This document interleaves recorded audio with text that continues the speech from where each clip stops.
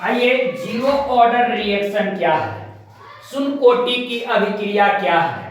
तो हम बोलते हैं कि वैसी अभिक्रिया जिसके सांद्रण का घात शून्य हो तो उसे शून्य कोटि की अभिक्रिया कहते हैं।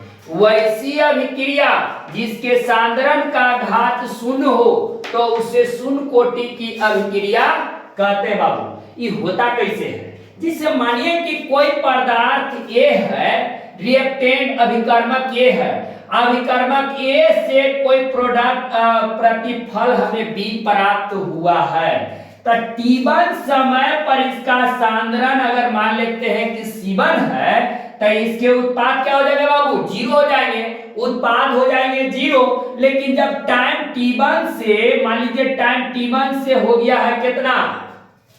जीरो से हो गया है 1, कुछ समय के बाद तो ये रेट लॉ क्या कहता है बाबू कि ए प्रोडक्ट में धीरे धीरे कमी होगी, बी में क्या होगा? वृद्धि होगी। बी में वृद्धि होगी बाबू, तो C1 प्रोडक्ट हलाया और बाद बन गया C2, तो बी में कुछ न कुछ तो बी हम लोगों को मिलेगा।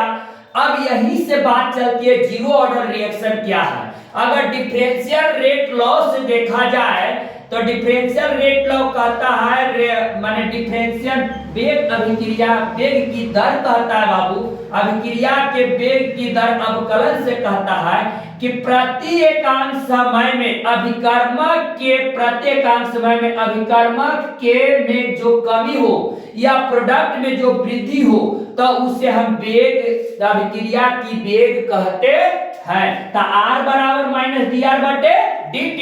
और रेट लॉ, वेग के, वेग नियम कहता है कि किसी भी अभिक्रिया का जो दर होगा वह अभिकर्मक के सांद्रण के घात के समानुपाती हो जाता है, यानी R समानुपाती R के पावर n होता है बाबू।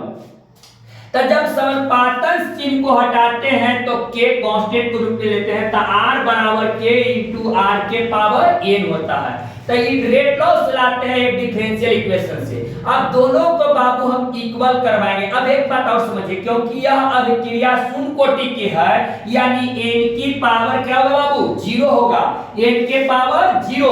अब हम दोनों को इक्वल करवाएंगे तो माइनस dr बटे dt, आपके r के पावर जीरो, के r के पावर का हो जाएगा n का वैल्यू बाबू जीरो, और n के वैल्यू जीरो रखेंगे तो किसी भी संख्या के पावर जीरो उसका मतलब 1, यानी माइनस dr बटे dt बराबर k इंटू 1, माइनस dr बटे dt बराबर बाबू k, अभी dt जाके क्रम में गुना होगा तो माइनस dr बराबर k dt।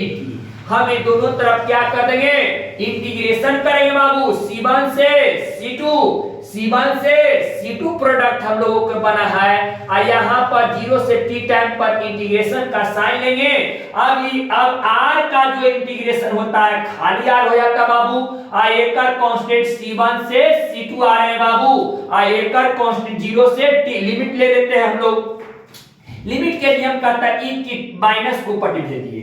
अब अपर माइनस लोअर लिमिट, यानी C1 माइनस C2 बराबर हम kt लिखेंगे, माइनस kt बाबू। तो C1 माइनस, अगर यहां से C1 निकालते हैं तो C1 बराबर माइनस kt अब प्लस C2 हो जाता है।